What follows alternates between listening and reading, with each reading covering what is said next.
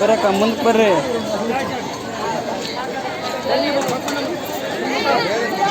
ಬರಕ್ಕ ಬರಕ್ಕ ಮುಂದಕ್ಕೆ ಬರ್ರಿ.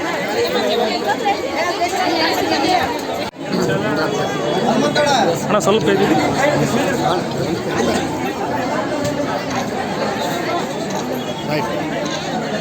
ಜಾಗರಣೆಯ ಜಾತ್ರಾ ಮಹೋತ್ಸವದ ಇವತ್ತು ಹೊಸ ಜೋಡಿಗೆಯ ಈ ಆರ್ಗನೈಸೇಷನ್ ಮಾಡಿದಂಥ ಎಲ್ಲ ಹಿರಿಯರಿಗೆ, ಈ ಊರಿನ ಯುವಕರಿಗೆ ಮತ್ತು ಹಿರಿಯರಿಗೆ ವಿಶೇಷವಾದಂಥ ಅಭಿನಂದನೆಗಳನ್ನು ಸಲ್ಲಿಸಲಿಕ್ಕೆ ಇಷ್ಟಪಡ್ತೀನಿ.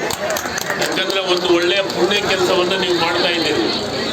ಬರೀ ಜಾತ್ರೆ ಮಾಡೋದಕ್ಕಿಂತಲೂ ಈ ಜಾತ್ರೆಯೊಳಗೆ ಸಾಮೂಹಿಕ ವಿವಾಹ ಏನಾಗ್ತಾ ಇದ್ದಾವೋ ಅದು ಭಾಳ ಮುಖ್ಯವಾದಂಥ ಕೆಲಸವನ್ನು ಈ ಒಂದು ಹೊಸ ಜೋಡಿಗೆ ಎಲ್ಲ ಹಿರಿಯರು ಮಾಡ್ತಾ ಇರೋದು ನಾನು ಅಭಿನಂದನೆ ಹೇಳ್ತೀನಿ.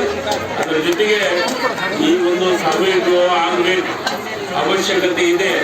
ಇವತ್ತಿನ ದುನಿಯಾದಲ್ಲಿ, ಇವತ್ತಿನ ಪರಿಸ್ಥಿತಿ ಒಳಗೆ ಮದುವೆ ಮಾಡೋದ್ರೆ ಅರ್ಧ ಜೀವನ ಸವಿಸುತ್ತೆ ಕೆಲಸ ಆಗುತ್ತಾ.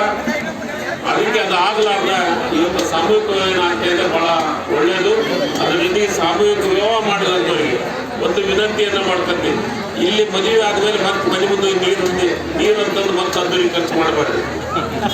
ಯಾರು ನಿಮ್ಮ ಮನೆ ಮುಂದೆ ನೀರು ಅಂತ ಅದ್ದೂರಿ ಖರ್ಚು ಮಾಡ್ತೀರಿ, ಈ ಸಾಮೂಹಿಕ ವಿವಾಹಕ್ಕೆ ಅರ್ಥನೇ ಇರೋದಿಲ್ಲ. ಇಲ್ಲಿ ಸಾಮೂಹಿಕ ವಿವಾಹ ದೇವಸ್ಥಾನದೊಳಗಾದಂಥ ವಿವಾಹ ಏನದವಲ್ಲ 100 ಕೋಟಿ ದೇವಾನುದೇವತೆಗಳು ಅದಕ್ಕೆ ಆಶೀರ್ವಾದ ಮಾಡಿರ್ತಾರೆ. ಅದಕ್ಕೆ ಅಲ್ಲಿ ಹೋಗಿ ನೀವು ನೀರು ಮಾಡೋದಕ್ಕಿಂತ ಇಲ್ಲಿ ಏನು ನಿಮ್ಮ ಸಣ್ಣ ಪುಟ್ಟ ಕಾರ್ಯಕ್ರಮಗಳನ್ನು ಮಾಡ್ಕೊಳ್ಳಿ, ಆದರೆ ಅದು ಅದ್ದೂರಿ ಆದರೆ ಸಾಮೂಹಿಕವಾಗಿ ಕಾಣ್ತಿರೋದಿಲ್ಲ.